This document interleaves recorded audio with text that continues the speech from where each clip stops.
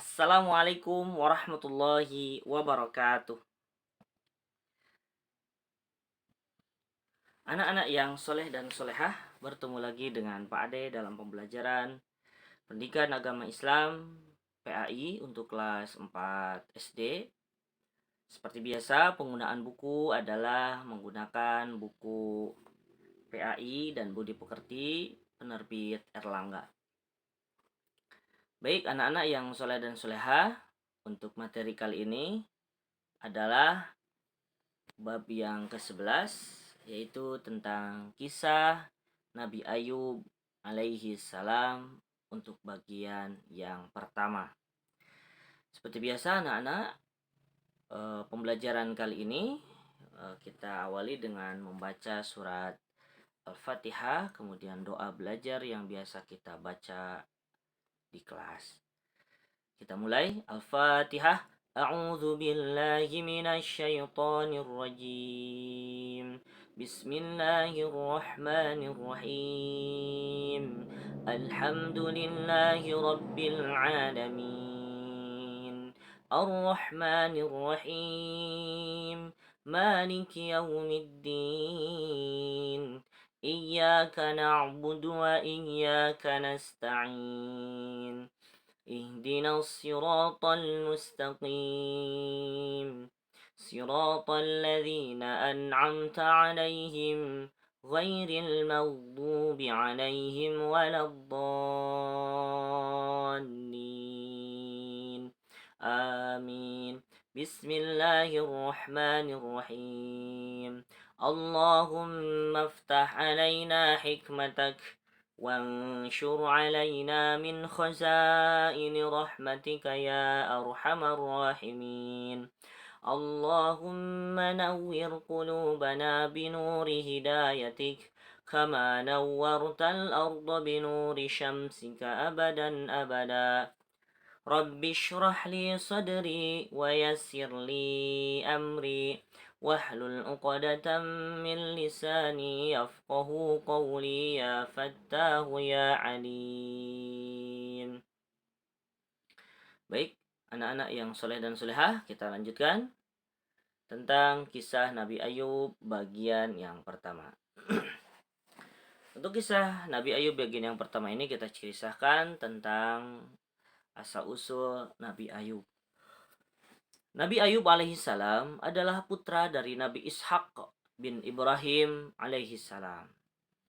Beliau adalah seorang nabi yang kaya raya, sawah dan ladangnya sangat luas, tanamannya subur, binatang ternaknya banyak, dan beliau mempunyai beberapa anak yang baik dan berbudi. Nabi Ayub alaihissalam adalah orang yang dermawan, suka memberikan hartanya untuk fakir miskin, yatim piatu, dan memuliakan tamu. Meski demikian, Nabi Ayub yang kaya raya itu, ia tidak pernah melalaikan ibadah kepada Allah dan tidak pernah sombong. Selanjutnya, Allah menguji Nabi Ayub alaihissalam. Karena kemuliaannya itu, maka syaitan merasa iri dan hasud. Ia meminta kepada Allah untuk memberikan beberapa ujian keimanan kepada Nabi Ayub alaihissalam.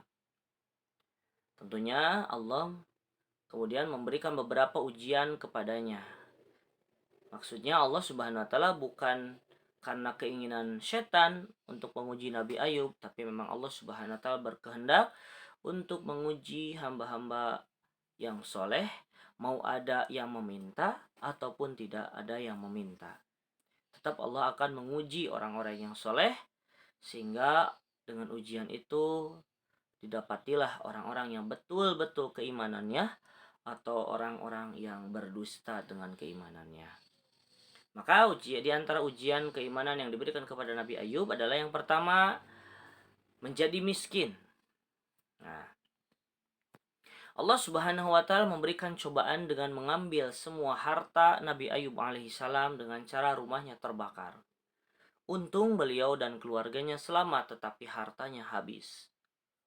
Walaupun hartanya habis, dan jatuh miskin, Nabi Ayub alaihissalam tetap teguh beriman. Beliau menyadari bahwa rizki berupa harta kekayaan itu datangnya dari Allah dan akan kembali kepada Allah Subhanahu wa taala. Jadi yang pertama diuji dengan hilangnya seluruh hartanya. Tapi ternyata Nabi Ayub tetap menjadi hamba Allah yang semakin beriman dan beribadah kepada Allah Subhanahu wa taala. Selanjutnya, ujian yang kedua adalah semua anaknya meninggal. Selanjutnya Allah Subhanahu wa taala memberikan cobaan dengan mengambil semua putra dan putri Nabi Ayub alaihissalam yang soleh dan solehah dalam waktu yang singkat. Maksudnya satu persatu anaknya meninggal, besoknya meninggal, 2 hari lagi meninggal, semuanya terus gitu ya. Meski berat dan sedih atas wafatnya seluruh anak-anaknya, Nabi Ayub tetap taat kepada Allah Subhanahu wa taala. Beliau ikhlas dan sabar dan mengucapkan inna lillahi wa inna ilaihi raji'un. Sesungguhnya semua milik Allah dan semua akan kembali kepada Allah. Karena yakin bahwa semua ujian bagi orang-orang yang soleh. Nah, jadi maksudnya karena yakin bahwa ini semua adalah ujian yang diberikan kepada orang-orang yang soleh. Nah, kemudian yang ketiga, ujian yang diberikan kepada Nabi Ayub adalah diberi penyakit kulit. Nah, Nabi Ayub alaihissalam pun diuji oleh Allah Subhanahu wa taala dengan penyakit kulit selama kurang lebih 7 tahun. Jadi bukan hanya sehari 2 hari, seminggu 2 minggu, bukan 1 bulan 2 bulan, tapi ini sampai 7 tahun. Kondisi beliau sangat memprihatinkan. Tidak ada tubuh yang utuh kecuali lisan dan hatinya. Maksudnya bukan semuanya hilang, tapi semuanya terkena. Seluruh badannya terkena oleh penyakit kulit, kecuali lisannya dan hatinya. Ini menandakan begitu beratnya ujian yang diberikan Allah Subhanahu wa taala berupa penyakit ini.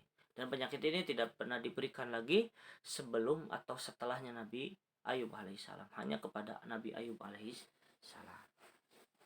Tetapi walaupun seluruh badannya terkena penyakit kecuali lisan dan hatinya, maka kondisi tersebut malah semakin menjadikan Nabi Ayub alaihissalam rajin beribadah kepada Allah Subhanahu wa taala.